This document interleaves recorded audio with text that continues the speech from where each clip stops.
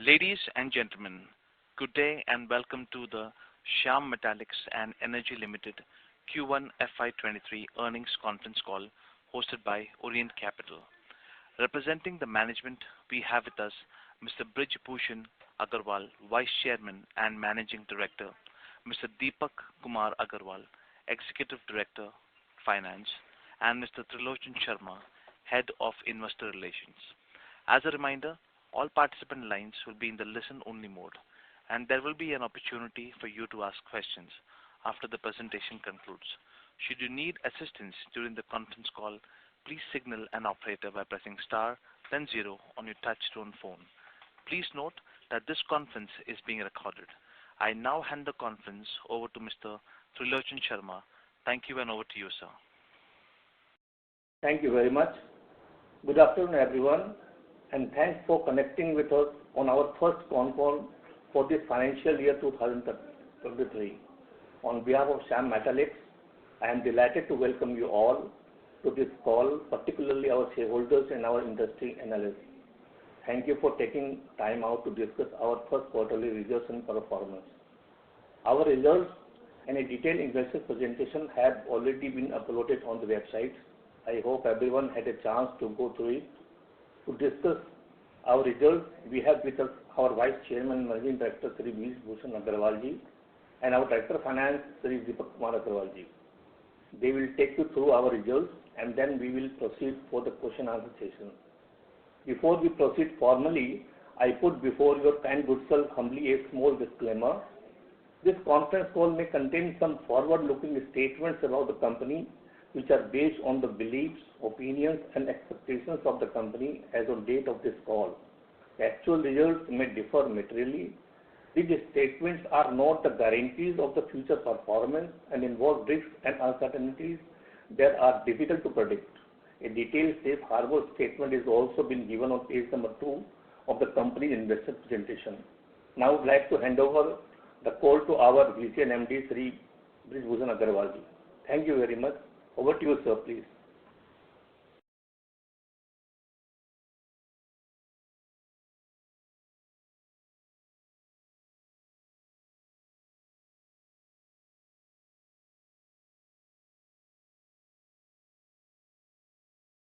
Sir, MD sir, please over to you.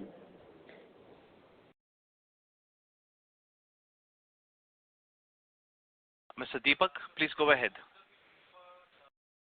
Yeah, I think MD sir is not there.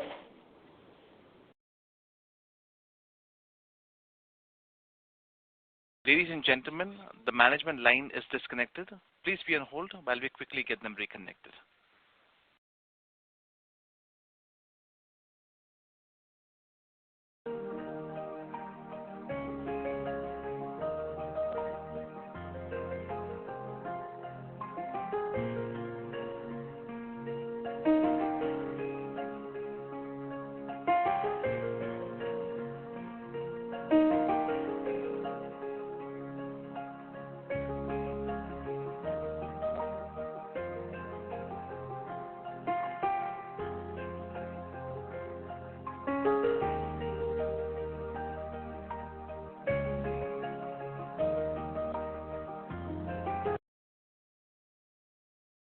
Ladies and gentlemen, the management line is reconnected. Please go ahead, sir. Yeah. Good afternoon, everyone. Thank you, Trilochan ji. Good afternoon to all participants for joining us on the call to discuss the financials and the business performance in the first quarter of the financial year 2023. The past year recorded an encouraging recovery from the COVID-induced the challenge worldwide. While we saw a sharp rebound in businesses, economic picking up the pace, the recent geopolitical tension, multi-decade high inflation across the world have presented the new challenges as well as the opportunity. The World Bank has reduced 2022 global GDP from the forecast by 120 BPS to 2.9%. Despite the global headwind, the Indian economy is well placed to exploit long-term opportunity presented by the realignment in the global supply chain. Continued focus by the government on infrastructure and social investment has been ensured that the PMI for manufacturing continues to rise along the strong GST collection. Thus, an encouraging recovery has been witnessed in indicators across the sector, including the consumption, manufacturing, and services. The strong demand for residential real estate in the urban area as well as in the rural area has picked up despite of rising interest rate. The augur well for the strong structural market withstanding the external shock, thus presenting an opportunity for the domestic industries. The Indian industry will be the major contributor in the trajectory to make our country the third largest economy in the world by 2030. Despite facing the global headwind, the domestic regulatory challenges, the Indian industry is thriving on the back of the continuous modernization, upgrading in the technologies, increasing the efficiency in operations.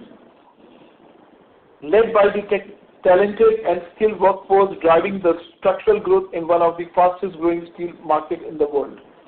The gap in per capita consumption offers a significant headroom for the growth. In the Union Budget 2022-23, the government has allocated 47,000 crores, which is 6.2 billion to the Ministry of Steel. The steel industry will play a very critical role in the quest to focus on creating the infrastructure of manufacturing to the propel of the economy. The government has also fixed an objective of increasing the rural steel consumption from the current level of 19.6 kg to 38 kg per capita by 2030-31. Your company, Shyam Metalics, is predominantly focusing on selling long products, which offers the most favorable mix of products with a long runway of demand. In Q1 FY23, the value-added segment of long products accounted 40% of the revenue, with the total contribution in steel products standing 67%. Domestic steel accounted for 88% of our revenue, for which about 60% of our revenue was generated from B2B segment. Our strategic initiative to scale our presence in B2C segment is progressing well, and the segment continues to grow at a healthy pace. Our branding and marketing initiative of Tiger brand promoted by Salman Khan has future synergized the company marketing campaign and connection with the customers in gaining the traction. Increasing awareness about our superior quality structural products will continue to drive growth and enable us to generate better margins.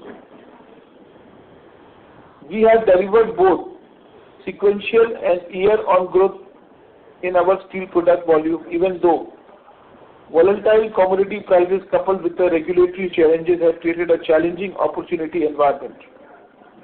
We are glad to report our recent foray into the aluminium product has immediately gained traction and recorded 1,577 tons of volume in the first operational quarter. Our efforts are aimed at the driving value accretion growth, and major portion of our capital expenditure will be funded via our internal accruals, utilizing the adequate liquidity in our books. We remain well positioned to benefit from the substantial demand for our specialized product, and the government spend on the infrastructure provided an avenue of the incremental growth. We continue to progress on our sustainability journey and working on streamlining our ESG framework to match best practice in the industry. Our efforts are aimed creating sustainable growth has implemented ESG framework which provides an opportunity to create systematic approach for a tangible outcome. The company has appointed growingly in the management consultant for carrying out comprehensive diagnosis study. Growingly carried out a detailed study of the company process flow at our Jamuria and Sambalpur plant. It mapped out with the current carbon water waste footprint as both plant and access has the impact on the carbon emission. With the aim to complete the era of industry support for the digital steel plant, we are upgrading the real-time control system in manufacturing. We are enabling security surveillance safety systems, digitally optimization model. We aim to scale digital to best in the class of enhancing the scale marketing, custom services, e-commerce and support system. We are happy to announce that Q1 FY23 marks the 5th consecutive quarter since our listing in which we have declared a dividend, and we aim to continue to reward our shareholder for their unwavering support to the business. Before I conclude, I want to assure you that we from the management expect the strong demand to continue for this financial year. Now I would ask Deepak Agarwal, our Executive Director of Finance, to take through the financial performance of the quarter under the review. Thank you so much. Thank you, sir. A very good afternoon to all the participants, and I thank all of you for taking time out on this call to discuss the result for the first quarter of the current financial year, that is 22-23. I will be glad to share a quick review of the reported consolidated financial for the first quarter and the review for the financial year 22-23.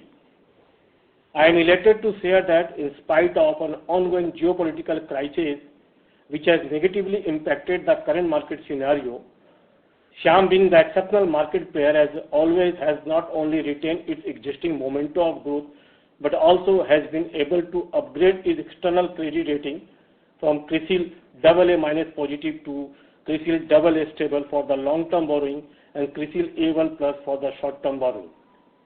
This upgradation of rating furthermore reflects the established market position of Shyam Metalics Group in the steel sector. The upgradation of rating validates factors like the group comfortable financial risk profile backed by the healthy debt protection metrics reinforce our trust in our strong business model, which continue to generate healthy cash flow.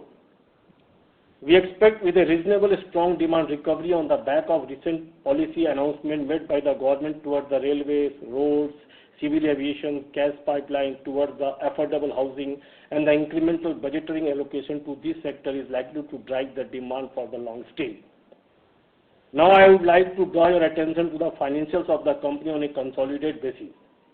In the first quarter of current financial year, on a consolidated basis, the company reported an operating revenue of 3,223 crore, a growth of 31% over a quarter one of the last financial year. The sales mix constitute a high percentage of volume from the finished steel, which accounted for 67% of the total revenue. Although there has been some moderation in the existing margin due to challenges macro environment which has adversely affected the commodity prices coupled with the domestic changes. The company has been able to book a EBITDA of rupees 606 crore and a marginal decline of 12% over a quarter one of the last financial year. And the EBITDA margin in the quarter one of the current financial year was 18% approximately, in order to maintain the trend in the EBITDA number. We are judiciously and cautiously on the other cost components. Even in the terms of blended EBITDA per ton, we are managed to sustain the recorded 13,328 rupees per ton in the quarter one of the current financial year from 19,180 per ton from the quarter one of the last financial year, which is again an indirect impact of the overall market scenario coupled with the increase in the price to coal, coke and other raw material. Please note that while calculating the blended EBITDA of the company is divided by the steel volume sales to arrive at the blended EBITDA. The drop in the EBITDA per ton is directly consequence of the volatility and the commodity prices being witnessed since the geopolitical tensions broke out, disturbing global supply chains and affecting the demand level. We registered healthy double-digit growth in per ton realization across all products, ferro products, finished steel, billets, sponge iron. However, the realizations on iron pellets continue to remain under pressure and led to a drag in aggregate. Our profit after tax for the quarter 4 stand at 414 crore, which has seen a decline of 10% year-on-year basis. PAT margin in this quarter is 13%, which is quite sound considering the current market trend and peer comparison. In Shyam Metalics Group, the working capital management is very prudent and the group focus mainly on the selling either on advances or a letter of credit basis lending to lower debtor and inventory period of 15 to 30 days and 70 to 80 days. At Shyam Metalics, we have always followed prudent capital allocation policy. We reinvested 70% of our total cash generation back into the business, retained 20% as a liquidity surplus, and returned 10% to our esteemed stakeholders as a dividend. Recently, the credit rating on our long-term facility has been upgraded. The rating upgradation is direct consequence of our strong operational performance, efficiency, and continuous efforts towards the prudent capital allocation. Our ambitious capex plan has been laid out in the investors' presentations, and we are all well strapped on to execute them as per the expected timeline. Currently, we are investing in expanding pallet capacity, coke oven plant, and additional line of railway siding. In Q1, we incurred 349 crore in the capital expenditure. I mentioned our Honorable ACMD sir earlier, the company has declared an interim dividend of rupees 1.8 rupees per share, amounting to an outgo of rupees 45.91 crore. We now have a consistent track record of declaring dividend for the 5th consecutive quarter since our listing June 2021. We look forward with the optimizations as we progress on our growth journey and are confident of achieving the robust operational and financial performance going ahead. Now I conclude my portion of the speech and throw the floor open for the question and answer session. Thank you. Thank you. We will now begin the question and answer session. Anyone who wishes to ask a question may press star and one on the touch-tone telephone. If you wish to remove yourself from the question queue, you may press star and two. Participants are requested to use handsets while asking a question. Ladies and gentlemen, we will wait for a moment while the question queue assembles. The first question is from the line of Amit Dixit from Edelweiss. Please go ahead, sir. Hi, good evening, everyone, and thanks for the opportunity. Congratulations to the management for the sales picture. I have a couple of questions. The first one is essentially on your sales. Amit, we are not able to hear you properly, dear. Just a minute. Am I audible now? Better. Thank you. Yeah. Yeah.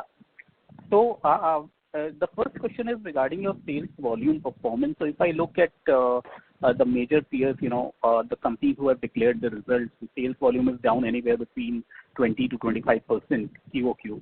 While in your case, if I take rolled products plus billets, the sales volume has actually gone up by around 4.5%. So, just wanted to know the key drivers of the same. The sectors you sold to, where you found traction, and what do you see for this quarter? That is the first question. As I've been always saying, the distinct advantage of Shyam Metalics as a company that we are very near to the market. Our majorly 80% of the product what we sell is within the vicinity of 500 kilometers. Being our sector in the long product, and we have never seen a very big slowdown in the rural sector, So we have been able to penetrate, and with the enhancing of our brand values, as I have mentioned in my speech, that we are focusing too much on the branding, hiring Salman Khan, and getting into the penetration of the rural market. It really helped us to overcome this crisis. So the effect of the sales volume was very, very rare. Okay. And how do you see Q2 shaping up? Q2 is also, I would say, from the sale volume point of view, it is we are actually almost at the same level from the volume point of view. Till now, still we have little more innings to play in the Q2, but I don't see that the volume will go down. Okay, great. The second question is more on cost side.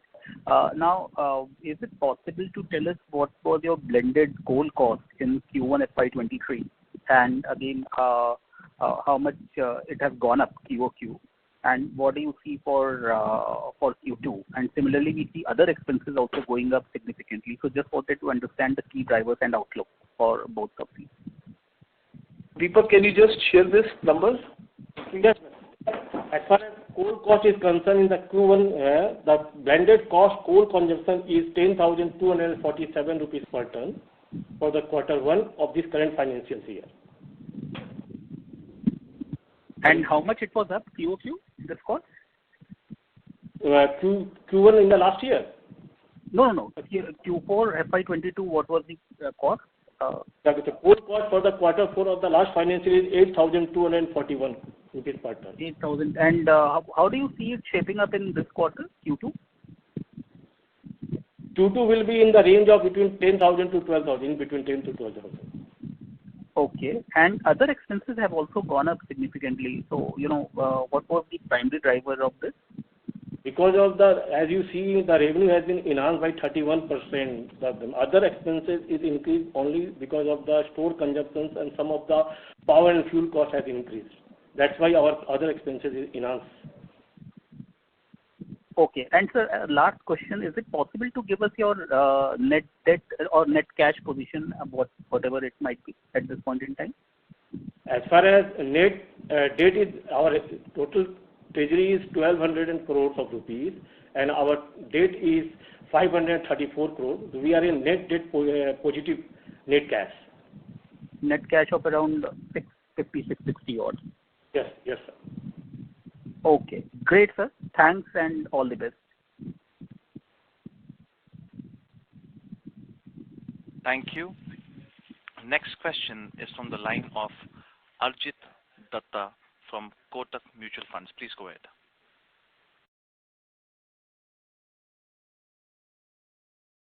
Just want to check the blended coal cost which you just mentioned. It is 10,250 per ton. Am I right? Right, sir. Understood. The second question is on Ramswarup. Once Ramswarup come into the books, hopefully in this quarter, what would be the impact in P&L? Because I believe in the notes to accounts it's mentioned that it has not been operational since last 12 years. So we think that it will take couple of years, at least 1 year to start operational. So next quarter and after, in Q3 when the full quarter impact will come, what would be the Ramswarup related expenses we can, or you can say EBITDA loss in the JV that we can project? I'm not very clear, Abhijit. Can you just please repeat your question again? Okay, Ramswarup is going to come in our books, right, sir? Yeah, Ramswarup. Okay. Now, since we will not be recording revenue for next couple of quarters because I believe the plant is shut down, but we will be recording corresponding expenses, the operational expenses kind of thing, at least the fixed cost part. So what kind of loss that we can expect for the next couple of quarters till it become operational? See, we have just been given the position of the Ramswarup, and as we know that basically this plant was shut down for very long. At this point of time, we have appointed the consultant, our teams to evaluate. But hence, in next 1 quarter, by Q3, I don't think that we'll be able to take it. We are working on the larger business plan on the better side for the long term for us, for the shareholders and all. So I don't see any effect of the Ramswarup we'll be seeing apart from some securities and admin expense, which is a peanut to the total business. Can you quantify some bit of number that the loss will be there? Say 50 crores kind of thing? No. Must be around 5-7 crores. Maybe we'll be investing on the due diligence, technical team and all in next 6 months. Nothing major, Oh, that's nice. Thank you. Second question is on the coal availability. Now, I believe you mentioned in the last call that we take coal mostly by truck, so there is no problem whatsoever. Can you also tell me what is the overall coal availability situation now? power sector, are they getting coals now? Are they getting the coal now? See, the availability of the coal, what we were sourcing from the local subsidiaries of Coal India has improved a lot in last 1 month, which was little bit harder. But as you know that if you see our coal cost per ton EBITDA, per ton of steel is very, very competitive in the Q1 as well. And Mr. Agarwal has mentioned that, around 11 to 12,000 rupees ton, we expect that Q2, we expect that we go up to this level, which still we need to, work more in detail. Availability is not a problem, and now the availability is from the import side is also increasing. A lot of Russian coals and other Australian coals are coming in the market, and I don't see a very much, downfall on the international price of coal till the geopolitical and the gas issue is resolved, but also we don't expect any uptrend on the coal price. So, on the things domestic are moving much better on the availability side, and I don't see any new pressures or challenges we see from the pricing or the availability. Thank you. Yes, sir. So on the domestic part, you're seeing decline in the spot prices. I understand that in Q2, because of the inventory, it can go up. But on the domestic front, in last 1 or 2 weeks, are you seeing some decline in the coal prices? The availability has increases and there are marginal decline. I would not see a substantial decline, but the trend is going down. Because what is the reason? All the hydro plants are very much active, and there was a power shortages in the country, and that was a peak time, when we consider from October, November onwards to April. So after the monsoon, the demand also gets compensated with the hydro energy, which is also one of the good source in our country. This is one of the reasons, and the demand of the coal has come down because the power plant is also, they have to also control their production for their power and all. So this is the reason where the coal availability has improved. Understood. So that's all from my side. Thank you. Very helpful. Thank you. Before we take the next question, a reminder to all the participants that you may press star and 1 to ask a question. Next question is from the line of Vidhi Dadia from Redan Securities. Please go ahead.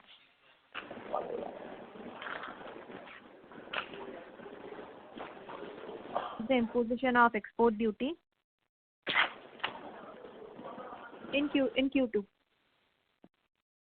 We expect that there is a lot of pressure from the forex revenue side as well, and the prices of the steel has come down.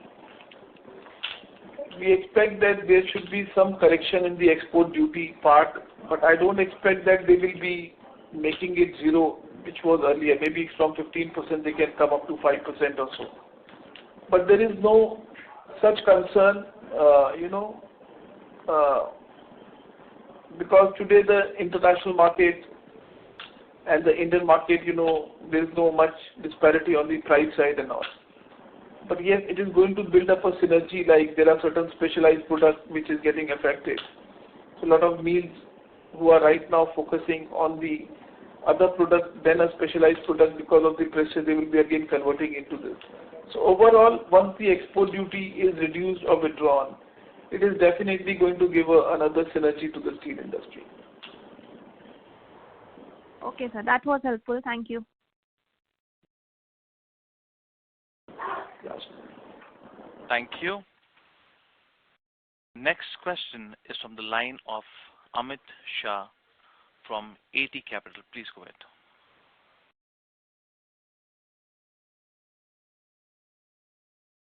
Sir, I understand you have entered into the aluminum business. So I essentially want to understand 2 things. What is your outlook on the aluminum commodity prices? And if you can share some brief overview about your business plan for this, for the aluminum business, sir. Thank you. See, today, aluminum is one of the most interesting and demanding, from in the metal prospect.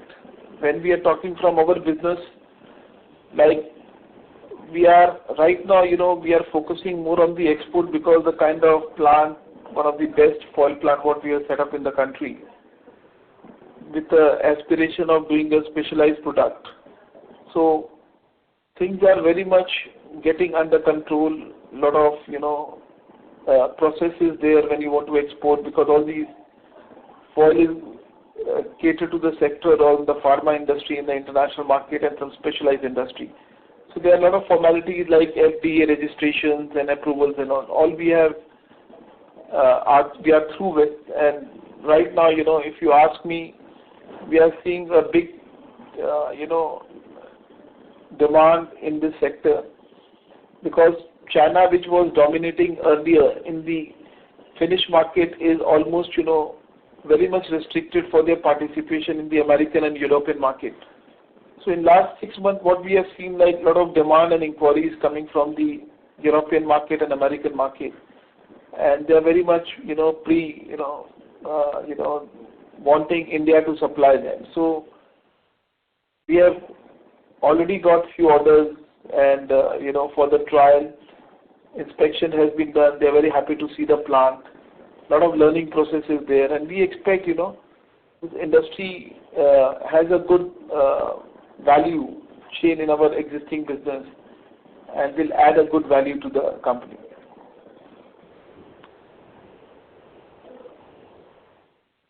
This is helpful, sir. If I may squeeze in one more question.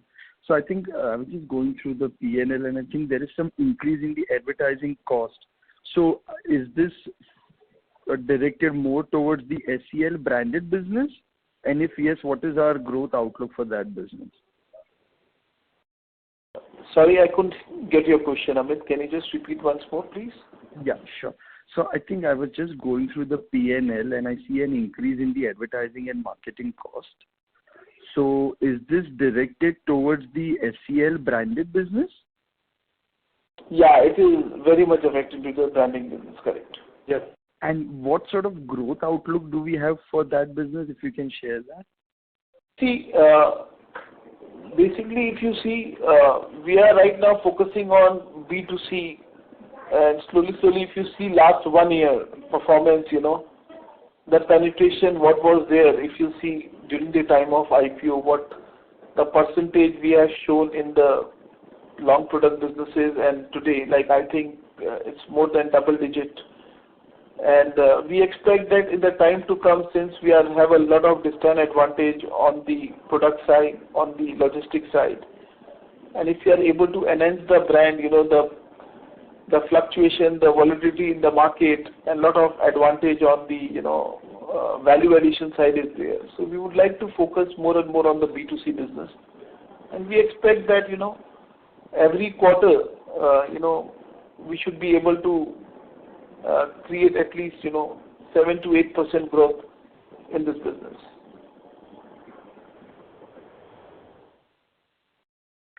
This is helpful. I'll come back in the queue if I have any questions. Good luck, sir. Thank you. Thank you. Before we take the next question, a reminder to all the participants that you may press star and 1 to ask a question. Next question is on the line of Mukul A. Verma from Verma Associates. Please go ahead. Yeah, good afternoon, sir. Happy to see good results compared to other companies.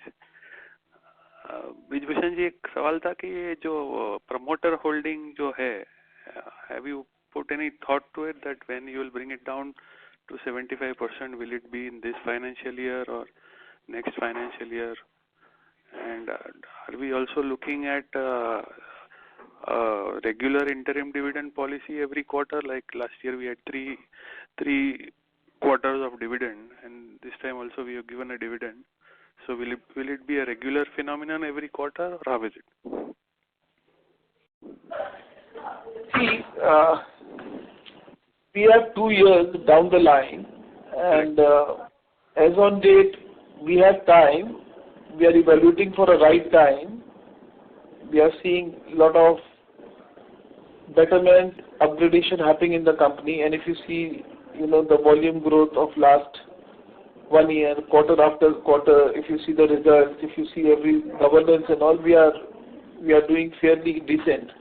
Correct. And a lot of products, in the time to come, we'll be adding, which we have projected in our IPO, like, we are setting up the blast furnace, so, it will be a backward integration for our existing plant. Cocoa and batteries are coming up. We are adding pellet plant. So I think maybe once we see a right time for the company and the investors, we'll be taking a call accordingly. Okay.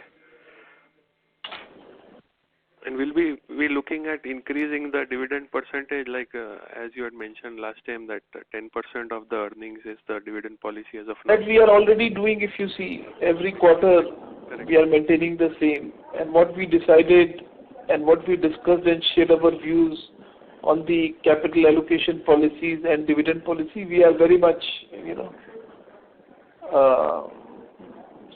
clear that yes, we should be able to maintain it and will maintain it. Correct. Super. All the very best. Thank you. Thank you. Next question is from the line of Sanjeev Kumar Tamani from SKD Consultant. Please go ahead. Hi. Good afternoon. Am I audible, sir? 100%, please. Namaskar. Congratulations on very fine performance of the company. Actually, sir, firstly, I wanted to start with that do we own our own iron ore mines? No. Presently, no. We are around the vicinity of iron ore only, and we get the iron ore at a very competitive price. So if you see quarter after quarter, from the pricing side, your company, Shyam Metallic, must be among the best of the company from the iron ore procurement and the cost per ton of iron ore. So largely it is from a government company like NMDC, or iron ore is available freely from other private players? It's a mix of government like OMC, NMDC and all. It is a mix, I would say.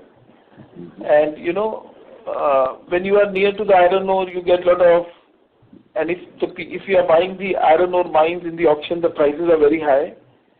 And majorly all the bids, what happened in last couple of years, if you compare the iron ore prices, it is around 20 to 30% more expensive than the market price.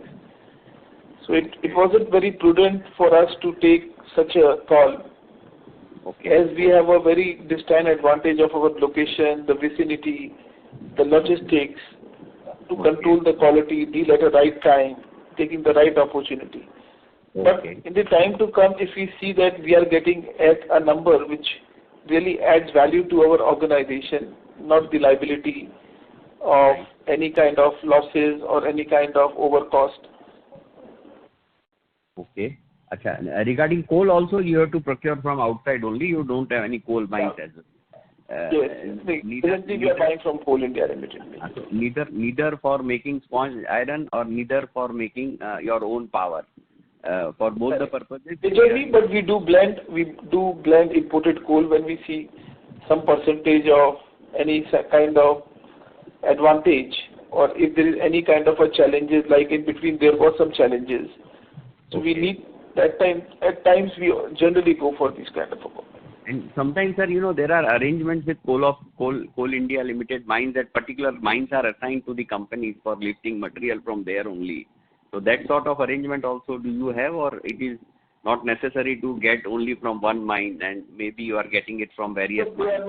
They don't have any such kind of an arrangement for a steel company or for a CPP. They have this kind of arrangement for under the Shakti Yojana for the IPP, Independent Power Plant. Okay. Sir, now coming to ferro products, when you define ferro products, for this, do you have to mine ferro ore from somewhere, or iron ore is processed to make ferro products? No. We have to get the manganese ore, chromite ore. Chromite ore we procure from OMC, Odisha Mining Corporation, which is a government of Odisha company. And manganese ore we buy locally as well as we import. So these are all very specialty alloy, which is used for making high value added steel. And more than 60% what we produce we export in the international market because we create a very special product for our specialized customer. So not from manganese ore. There is a company of Government of India, MOIL. Yeah, we do buy, but we are not, because we make a specialized product. And for making a specialized product, you need a specialized manganese ore. So there are certain mines worldwide, like in Australia and other part of the country from where we source, and we make that manufacturing. Yeah.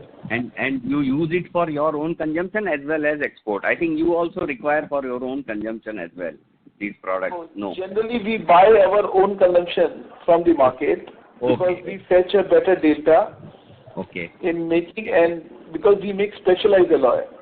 But whatever the off grade in the process, some runs and all what we generate, we consume internally. But majorly because for our steel making we don't require a specialized alloy.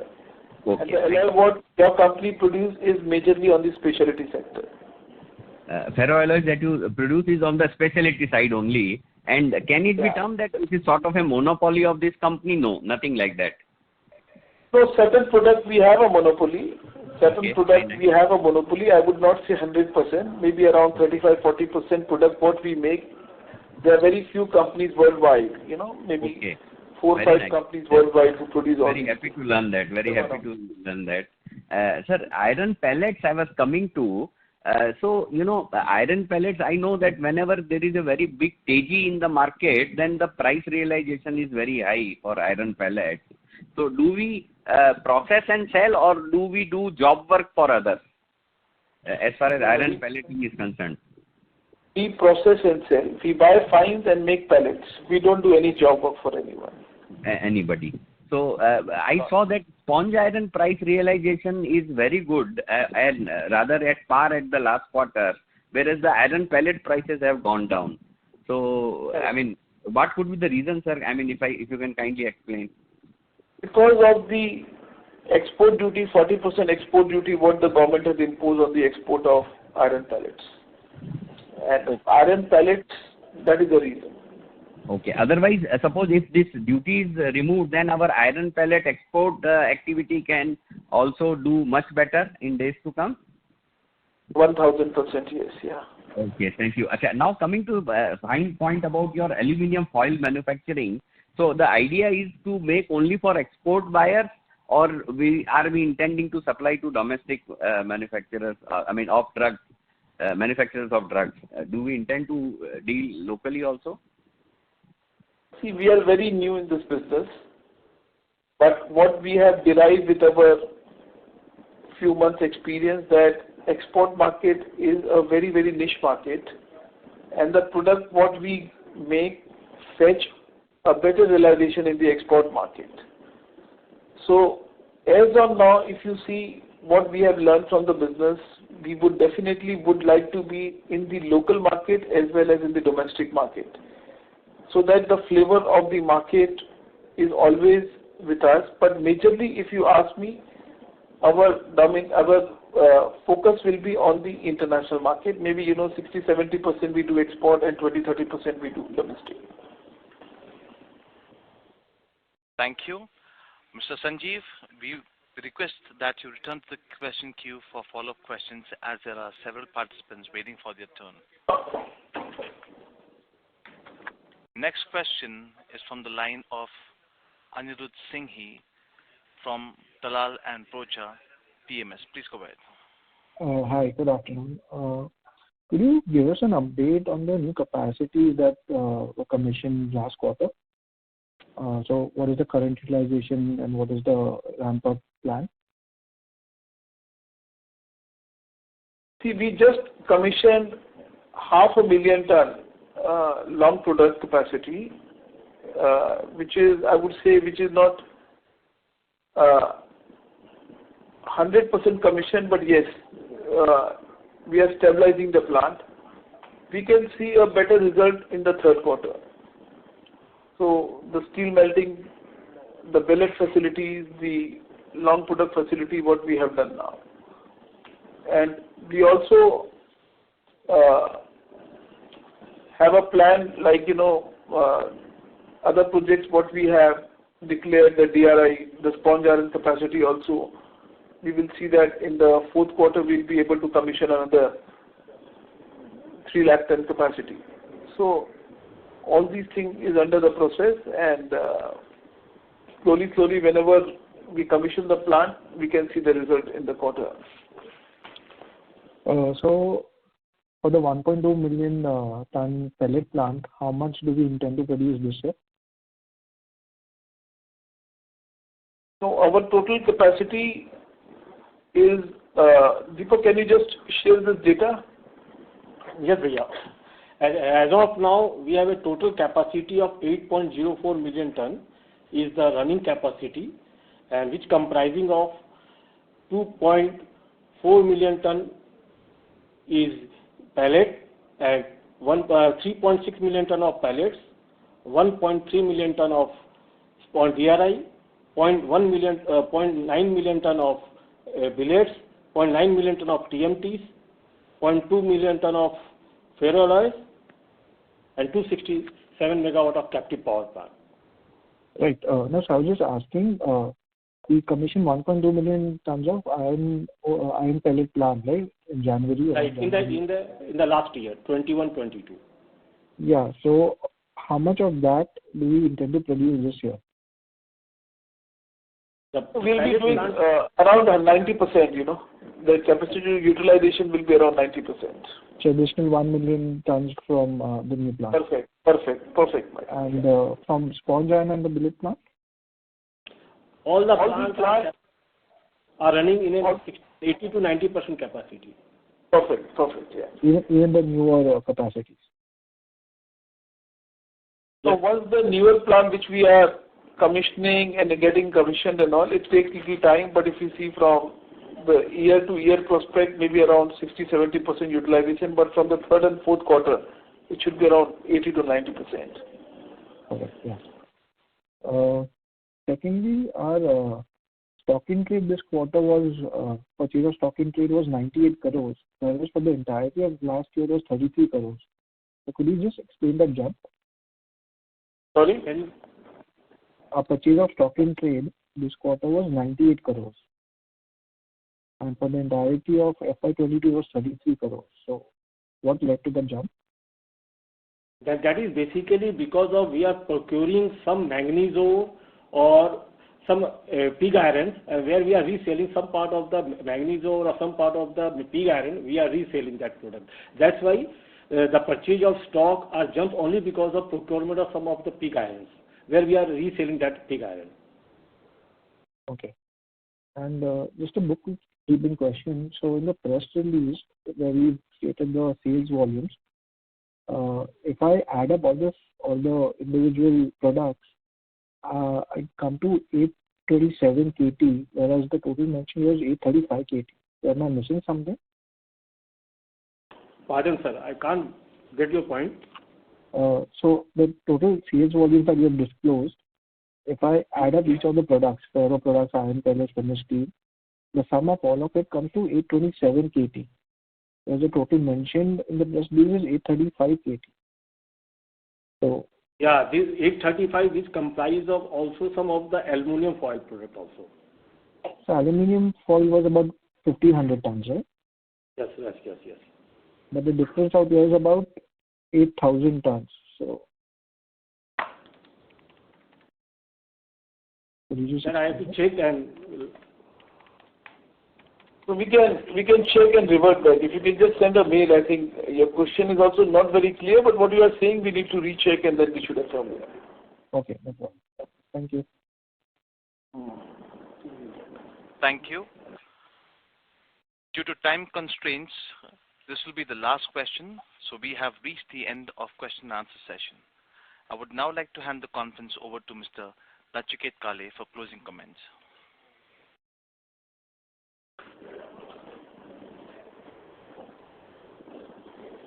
Yeah, thanks everybody. Thanks for your question and for your time on the call. I would also like to express my gratitude for the management to spare their time today. For any queries regarding Shyam Metalics and their operational strategy, please feel free to reach out to us, Orient Capital. We are the investor relations partner for Shyam Metalics. Thanks again, everyone. Please have a nice day. Thank you. Thank you, everyone. Thank you. On behalf of Shyam Metalics and Energy Limited, that concludes this conference. Thank you for joining us. You may now disconnect your lines. Thank you.